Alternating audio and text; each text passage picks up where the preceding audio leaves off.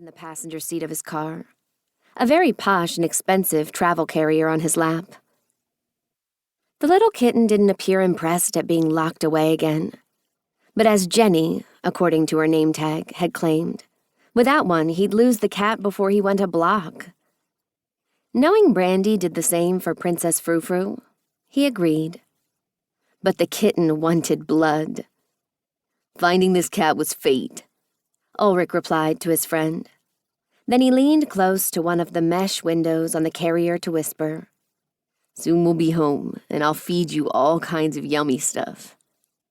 Claws managed to explode from the tiny holes and almost caught his lip.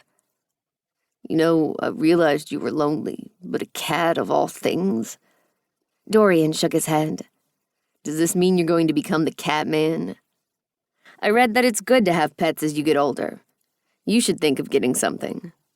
Dorian snorted. "Unlike you, I'm not lonely. Because you're always on your computer. Virtual reality isn't the same as in-person contact." "Says you. I find it works great for me. So does the kitten mean you've given up on your quest to find the perfect lady?" "Nope, I have lots of love to give." Now if only he could find someone to give it to. "I'm assuming it's a girl, given all your shit is pink." "Yup, I'm going to call her Queen Fuzzbottom." That had Dorian choking. "You're kidding, right? Queen Fluff? Why not wait a few days, get to know the creature, and then figure it out based on its personality? Given its antics thus far, I'm going to throw Savage into the ring." "More like feisty," Ulric crooned as the bag rocked on his lap. The moment he got home and let the kitten loose, it bolted, and Ulric chased. The cat went under the couch, round the table in the kitchen, whipped up the curtain left behind by the previous tenants, jumped to the top of a bookcase, and then put itself in pounce position, hissing.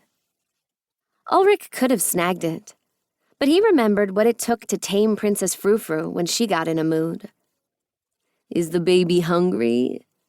he murmured as he unpacked his many purchases, the cans of wet food being his goal. The carved wooden dish went on a feeding mat on the floor. He cracked open the can, and as he bent down to dump it, something small with sharp claws landed on his back and used him to climb down to the floor. The kitten went at it aggressively, obviously starving. A good thing he'd saved her from the store. He went to stroke her, only to leave his hand hovering as she whipped her head around and growled, showing some teeth. Maybe he'd wait until she was done. As she chewed, he set up the kitty litter box.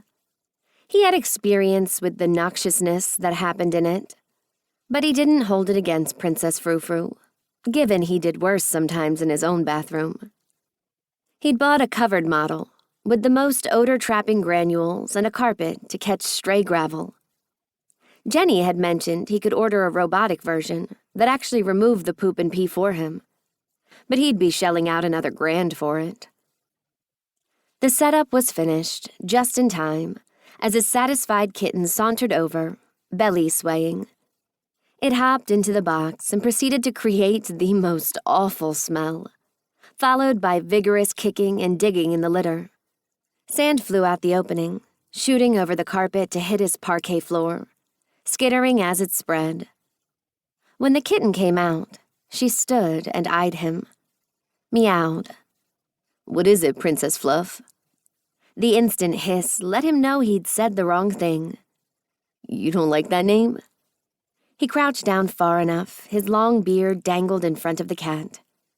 Instant pounce. The kitten threw itself wholeheartedly at destroying his beard. It dug its claws in, bit and chewed at the hair. It made him so happy. He'd not realized how lonely he'd been until he babysat the demanding Princess Frou-Frou. Having a purpose, even if caring for someone else, eased the lonely ache inside. Was it any wonder he'd bought the kitten who'd climbed to perch atop his head, biting and digging in its claws, ensuring compliance from his obviously evil scalp? Despite Dorian's teasing, Ulric understood a pet wasn't a replacement for love.